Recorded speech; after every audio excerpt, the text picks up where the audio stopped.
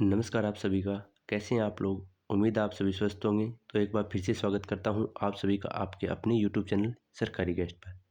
हमने जो SSC GD और एमटीएस 2026 के लिए जीके जीएस के प्रैक्टिस सेट की सीरीज स्टार्ट की थी। आज इसका प्रैक्टिस सेट नंबर 9 है। इससे पहले हमने 8 प्रैक्टिस सेट अपलोड कर दिए हैं।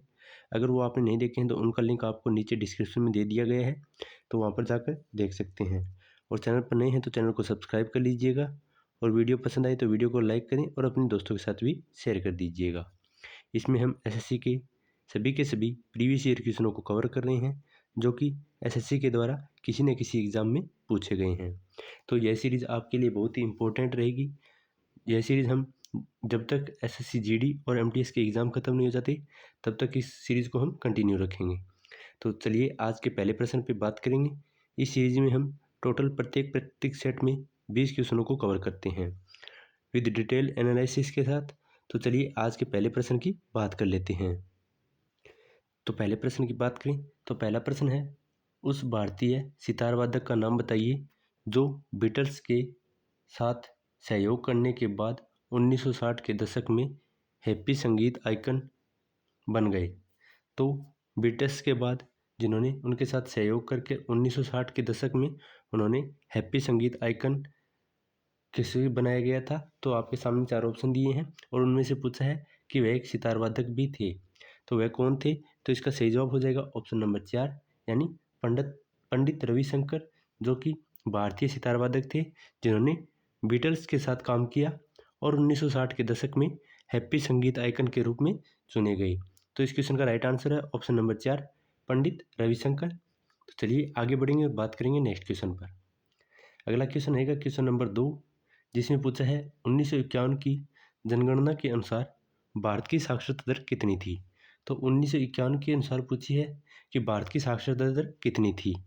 तो आपके सामने 4 ऑप्शन हैं और इस क्वेश्चन का सही जवाब हो जाएगा ऑप्शन नंबर 1, यानी 18.33% 1951 में भारत की जनगणना के अनुसार साक्षरता दर थी। अभी की बात करें तो अभी की साक्षरता दर 74.4% है। तो यह भी पूछा जा सकता है कि भारत की वर्तमान साक्षरता दर कितनी है। तो यह 74.04% है। और इस क्वेश्चन का सही जवाब हो जाएगा ऑप्शन नंबर 1, 18.33% 1951 की जनगणना के अनुसार भारत की साक्षरता दर थी। आगे बढ़ते हैं और बात करते हैं नेक्स्ट क्वेश्चन पर। अगला क्वेश्चन है क्वेश्चन नंबर 3, जिसमें पूछा है भारतीय संविधान का कौन सा अनुच्छेद न्यायोचित एवं मानवीय कार्य स्थितियों तथा मातृत्व राहत के प्रावधान पर बल देता है।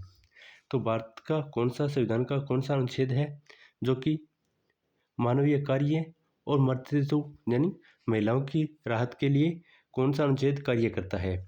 तो आपके सामने 4 ऑप्शन दिए हैं और इसका सही जवाब है ऑप्शन नंबर 1, यानी अनुच्छेद 42 है, जो कि न्यायोचित एवं मानवीय कार्य तथा मातृत्व राहत के लिए जो कार्य करता है उस पर बल दिया जाता है।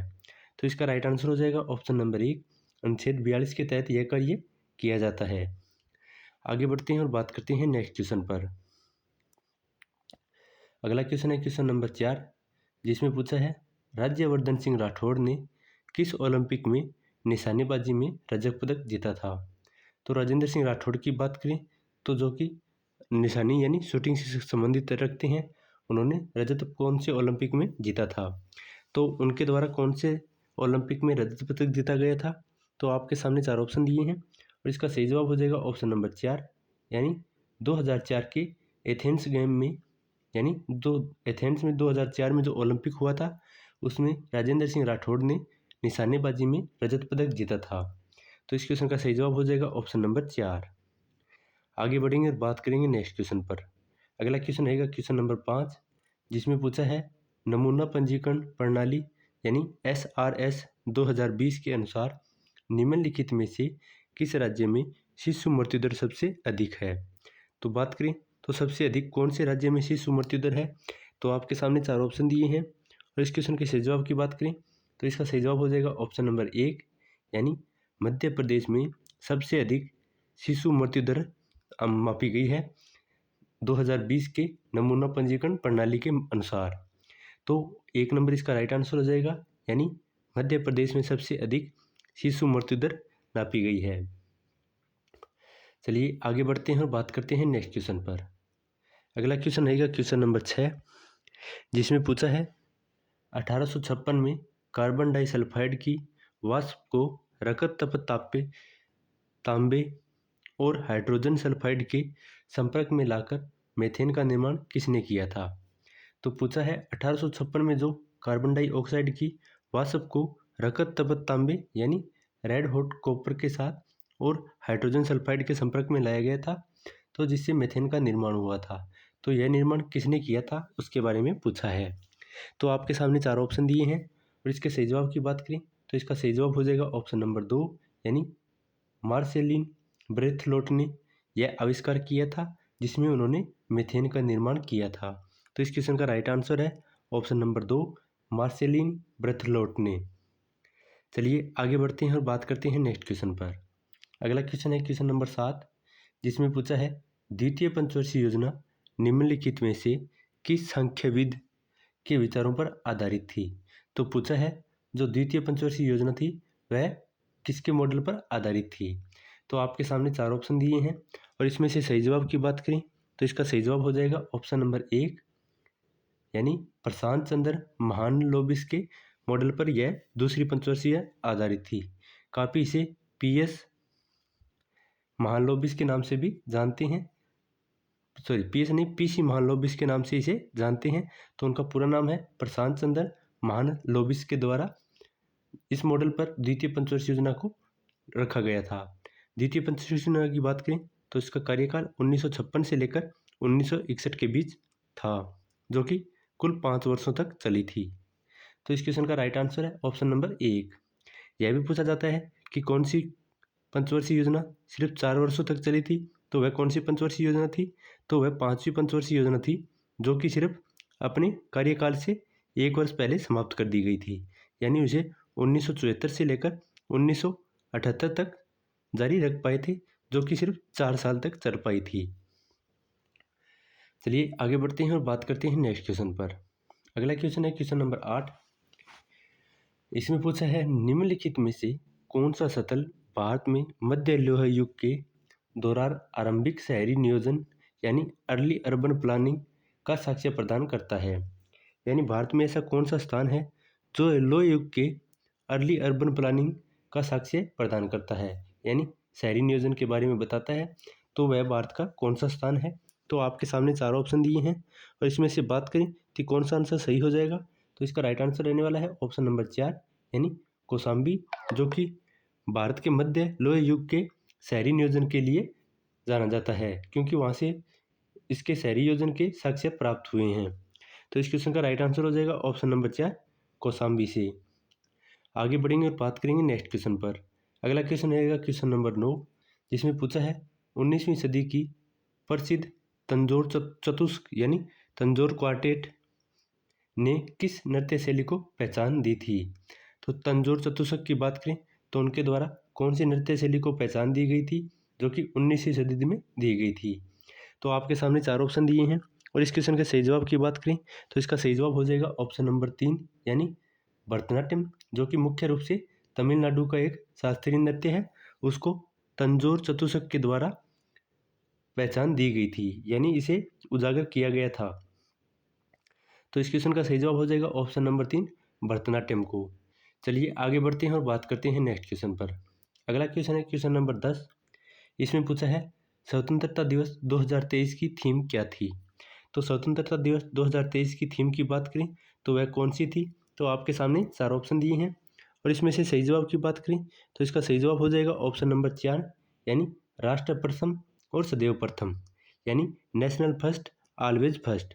तो यह स्वतंत्रता दिवस 2023 की थीम रखी गई थी। तो इस क्वेश्चन का राइट आंसर हो जाएगा ऑप्शन नंबर 4। चलिए आगे बढ़ते हैं और बात करते हैं नेक्स्ट क्वेश्चन पर।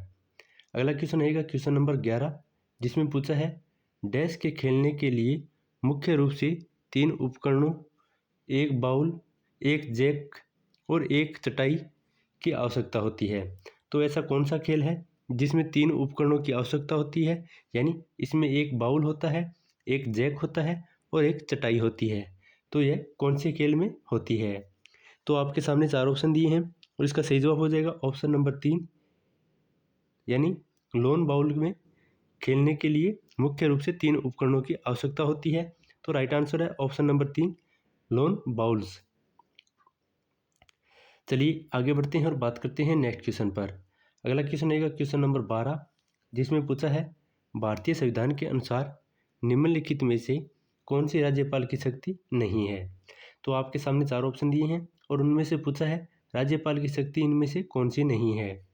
तो 4 ऑप्शनों में से कौन सा आंसर राइट हो जाएगा। तो इसका सही जवाब हो जाएगा ऑप्शन नंबर 1, यानी अविश्वास प्रस्ताव के दौरान मतदान करना, यह राज्यपाल की शक्ति नहीं है। तो इस क्वेश्चन का राइट आंसर है ऑप्शन नंबर 1।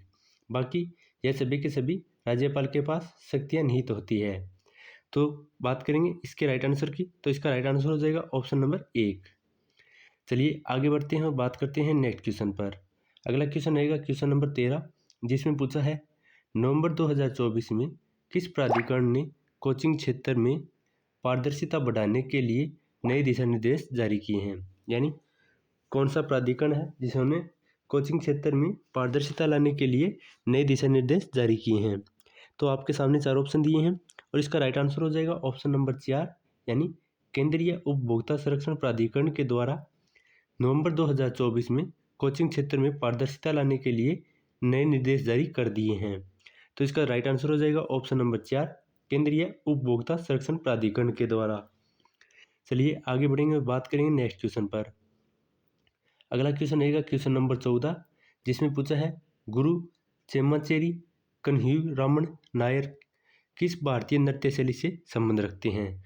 तो गुरु चेम्माचेरी कन्हैयारामन की बात करें तो उनका संबंध कौन से भारतीय नृत्य शैली से है। तो आपके सामने 4 ऑप्शन दिए हैं और इस क्वेश्चन का सही जवाब हो जाएगा ऑप्शन नंबर 3, यानी कथकली से उनका संबंध हो जाएगा। वहीं बात करें तो कथकली कौन से राज्य का शास्त्रीय नृत्य है, तो यह केरल का शास्त्रीय नृत्य है। तो यह भी काफ़ी इंपॉर्टेंट क्वेश्चन है, पूछा जाता है कि कथकली मुख्य रूप से कौन से राज्य का नृत्य है, तो यह केरल राज्य का नृत्य हो जाएगा। तो इस क्वेश्चन का सही जवाब है ऑप्शन नंबर 3 कथकली। चलिए आगे बढ़ते हैं और बात करते हैं नेक्स्ट क्वेश्चन पर। अगला क्वेश्चन रहेगा क्वेश्चन नंबर 15, जिसमें पूछा है 5वीं पंचवर्षीय योजना 1974 से 1978, यानी 79 नहीं है यहाँ पर 78 आएगा, यानी यह सिर्फ 4 वर्षों तक ही चल पाई थी, जबकि इसका कार्यकाल 1974 से लेकर 1979 तक होना चाहिए था। तो इसके मुख्य उद्देश्य क्या थे। तो 5वीं पंचवर्षीय योजना की बात करें तो इसके मुख्य उद्देश्य क्या थे। तो इसका राइट आंसर हो जाएगा ऑप्शन नंबर 1, यानी गरीबी हटाना और आत्मनिर्भरता प्राप्त करना 5वीं पंचवर्षीय योजना का मुख्य लक्ष्य बनाया गया था। तो इस क्वेश्चन का राइट आंसर है ऑप्शन नंबर 1, यानी गरीबी हटाना और आत्मनिर्भरता प्राप्त करना 5वीं पंचवर्षीय योजना का मुख्य उद्देश्य था। तो सही जवाब हो जाएगा ऑप्शन नंबर 1। और यह कार्य इस हर पंचवर्षीय योजना का कार्यकाल था और इस पंचवर्षीय योजना का कार्यकाल सिर्फ 4 वर्ष तक चला था, जबकि पंचवर्षीय योजना का कार्यकाल 5 वर्ष का होता है। तो काफ़ी बार पूछा जाता है कि पंचवर्षीय योजना ऐसी कौन सी थी जिसका कार्यकाल सिर्फ 4 वर्ष तक चला था, तो वह थी 5वीं पंचवर्षीय योजना। चलिए आगे बढ़ते हैं और बात करते हैं नेक्स्ट क्वेश्चन पर। अगला क्वेश्चन है क्वेश्चन नंबर 16, जिसमें पूछा है भारत के योजना आयोग के प्रथम उपाध्यक्ष कौन थे। तो भारत के योजना आयोग की बात करें तो उसके प्रथम अध्यक्ष कौन थे। तो आपके सामने 4 ऑप्शन दिए हैं और इसका सही जवाब हो जाएगा ऑप्शन नंबर 1, यानी गुलजारीलाल नंदा थे, जो कि भारतीय आयोग के प्रथम उपाध्यक्ष बने थे। तो इस क्वेश्चन का राइट आंसर है ऑप्शन नंबर 1 गुलजारीलाल नंदा। चलिए आगे बढ़ते हैं और बात करते हैं नेक्स्ट क्वेश्चन पर। अगला क्वेश्चन रहेगा क्वेश्चन नंबर 17, जिसमें पूछा है ब्रह्मपुत्र नदी हिमालय के किस क्षेत्र से निकलती है। तो ब्रह्मपुत्र नदी की बात करें तो यह हिमालय के कौन से क्षेत्र से निकलती है। तो आपके सामने 4 ऑप्शन दिए हैं और इसका सही जवाब हो जाएगा ऑप्शन नंबर 3, यानी ब्रह्मपुत्र नदी हिमालय के उत्तरी भाग से निकलती है।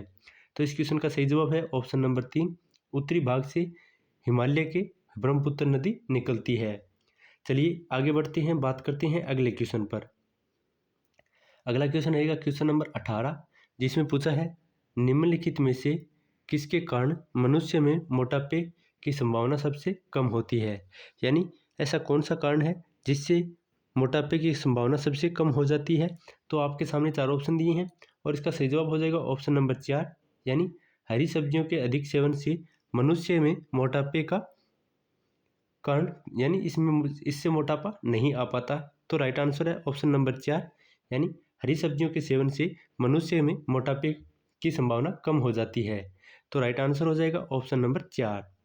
चलिए आगे बढ़ते हैं और बात करते हैं नेक्स्ट क्वेश्चन पर। अगला क्वेश्चन है क्वेश्चन नंबर 19।